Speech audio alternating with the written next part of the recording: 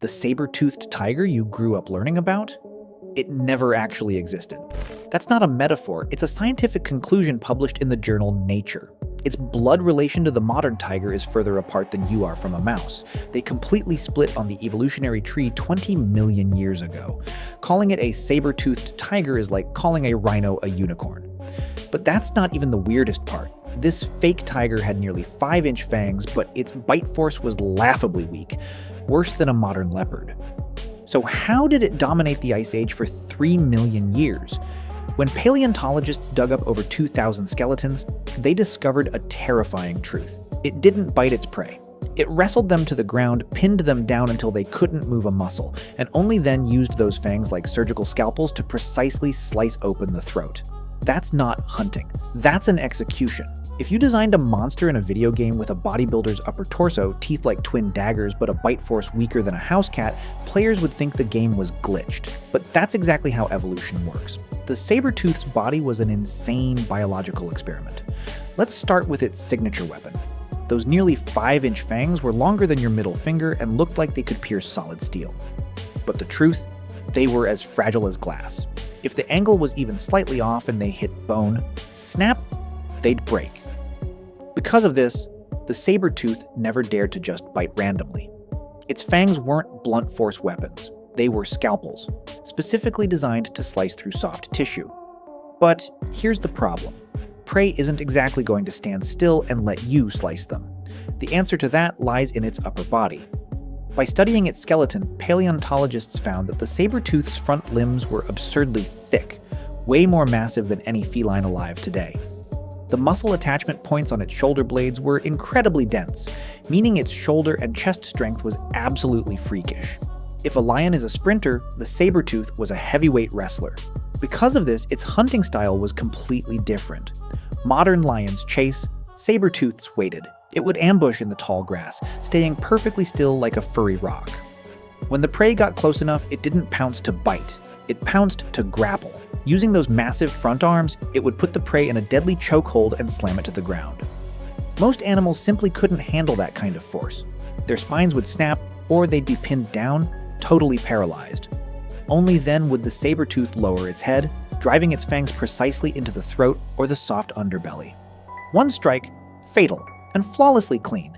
You might ask, why go through all that trouble instead of just biting it to death? Because it literally couldn't. Scientists used computer simulations to measure its bite force, and the results were shocking. It only had 1/3 the bite force of a lion. Even a full-grown leopard bites harder. But this wasn't a flaw, it was an evolutionary choice. The saber-tooth traded bite force for longer fangs and surgical lethality. It didn't need to crush bones. It only needed to sever an artery. The prey would bleed out and die in minutes. This method was highly efficient and incredibly low risk. Now you know why it ruled for 3 million years. Not because it was the strongest, but because it was the most ruthless. But there wasn't just one type of saber-tooth. In fact, this family had 3 major heavy hitters, each one crazier than the last. The most famous is Smilodon fatalis. It was about the size of a modern lion, but way heavier, packed with dense muscle. If a lion has an athlete's build, Smilodon fatalis was that gym bro who only works out his upper body. Just looking at it was intimidating. But it wasn't the biggest. The true king was Smilodon populator. This absolute unit lived in South America and weighed close to 1,000 pounds, much bigger than the largest modern tiger. Can you imagine a feline built like a young bull? If it time traveled to today and stood in front of a modern tiger, the tiger would probably feel like an average guy standing next to Shaquille O'Neal. They just aren't in the same weight class. The world these behemoths lived in was completely different from ours. The Pleistocene was a true era of giants. You probably think the Ice Age was just endless snow and glaciers everywhere, right? Wrong. Most of North and South America were actually vast, sweeping grasslands and open woodlands, and the animals running across those plains weren't antelopes and zebras, but a bunch of monsters you couldn't even dream of. There were primitive horses, shorter and much stockier than today's horses. There were camels. Yep, North America was actually the original home of the camel before they migrated to Asia and Africa. And then there was the giant ground sloth. Standing 10 feet tall and weighing over 2,000 pounds, it moved slowly but was pure muscle covered in incredibly thick skin. Even a saber-tooth wouldn't dare mess with it lightly. The rule of this world was simple. Being big didn't mean you were safe, and being fast didn't mean you'd survive. Because the predators here were an absolute freak show. The Saber-Tooth's rivals were no pushovers. First up, the dire wolf. Don't let the name fool you. They were practically complete strangers to modern gray wolves on the evolutionary family tree.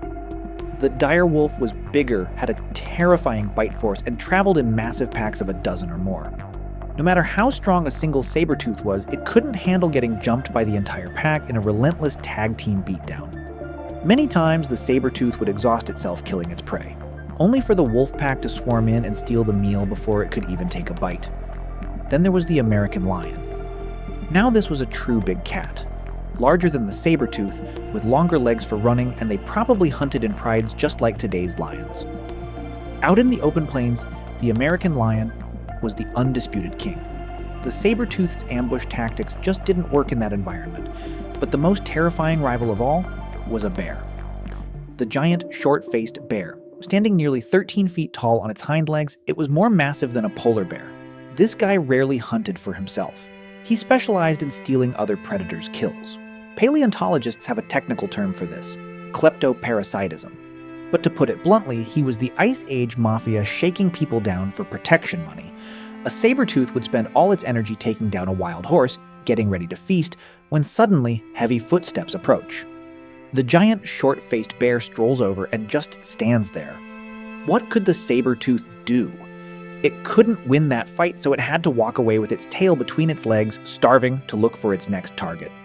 In such a brutal, dog-eat-dog world, the saber-tooth survived for 3 million years, not just on brute strength, but on strategy. There's a question that has baffled paleontologists for years. Were saber-tooths solitary, or did they live in packs? A major clue comes from one specific place, the La Brea tar pits in Los Angeles. This was nature's ultimate death trap. Underground asphalt would seep up to the surface, creating sticky pools. Once an animal stepped in, it would sink deeper the more it struggled, eventually dying trapped in the tar. Scientists have dug up over 2,000 saber-tooth skeletons here. That number is insane, proving they were constantly in the area. But the weird part? Many of these skeletons had severely healed injuries. Broken leg bones, fractured ribs, even skulls that had been bitten entirely through. How serious were these wounds? If a modern solitary predator like a tiger or leopard sustained injuries like that, it was a guaranteed death sentence. They wouldn't be able to hunt and would just starve to death. Yet these saber-tooths survived. Their wounds closed. Their bones healed. How? Some scientists argue this proves they were pack animals, where injured individuals could survive because their packmates shared food, much like how an injured lion gets to eat from the pride's kill. But others strongly disagree. They argue there are so many saber-tooths in the La Brea tar pits because trapped prey would scream in agony for hours. To a predator, that screaming was a dinner bell. Saber-tooths would show up one by one, and one by one they got stuck. Not a pack, just individuals getting tricked separately. As for surviving severe injuries, it might just be because saber-tooths were also scavengers, surviving off carrion without needing to hunt. The real truth? Nobody knows for sure. It's a mystery the Ice Age left behind. But whether they were loners or pack animals, the saber-tooth couldn't escape its ultimate fate: extinction. About 10,000 years ago, the Earth's climate went through a drastic shift. Glaciers melted and global temperatures rose. Those endless, vast grasslands started to shrink, and dense forests began to take over. For the saber-tooth, this was apocalyptic. Its entire hunting system was custom-built for open spaces. The ambush, the grapple, the throat slit, that playbook was undefeated on the plains, but completely useless in the dense woods. There were just too many trees. Prey could just turn around and vanish into the brush. And since the saber-tooth had shorter legs and wasn't built for a long chase, it could only stand there and watch its dinner run away. To make matters worse, its prey was vanishing too. The giant sloths, wild horses, and camels went extinct one by one. The foundation of the food chain collapsed. So how much longer could the apex predator hold on? And then came the final nail in the coffin. Humans.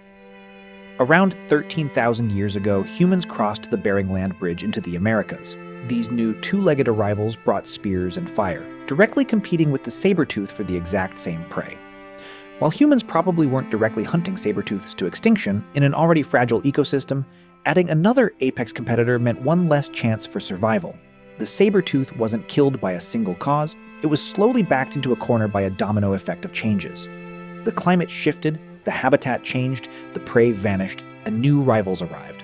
Any one of those might not have been fatal on its own, but combined, it was a death sentence.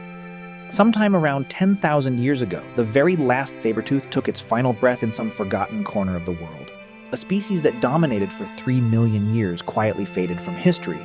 But its story isn't over. The saber-tooth teaches us a brutal truth. Being powerful doesn't mean you'll last forever. It was once one of the most successful predators on the planet, perfectly adapted to its world. But when that world changed, all that perfection became a prison. Those razor-sharp fangs, those massive front arms, that incredibly precise hunting technique, they all became dead weight. Evolution doesn't have a destination. It only cares about adaptation. What gives you the edge today might be the exact thing that drags you down tomorrow. With 3 million years of glory and its extinction 10,000 years ago, the saber-tooth taught every living creature a lesson. Whenever we stand in a museum and look up at that skeleton with its jaws wide open, we aren't just looking at an extinct animal. We are looking at the sheer ambition of evolution, a grand experiment of life, and a king that once ruled the world. As long as we keep telling its story, the saber-tooth will always live on in the legends of the Ice Age.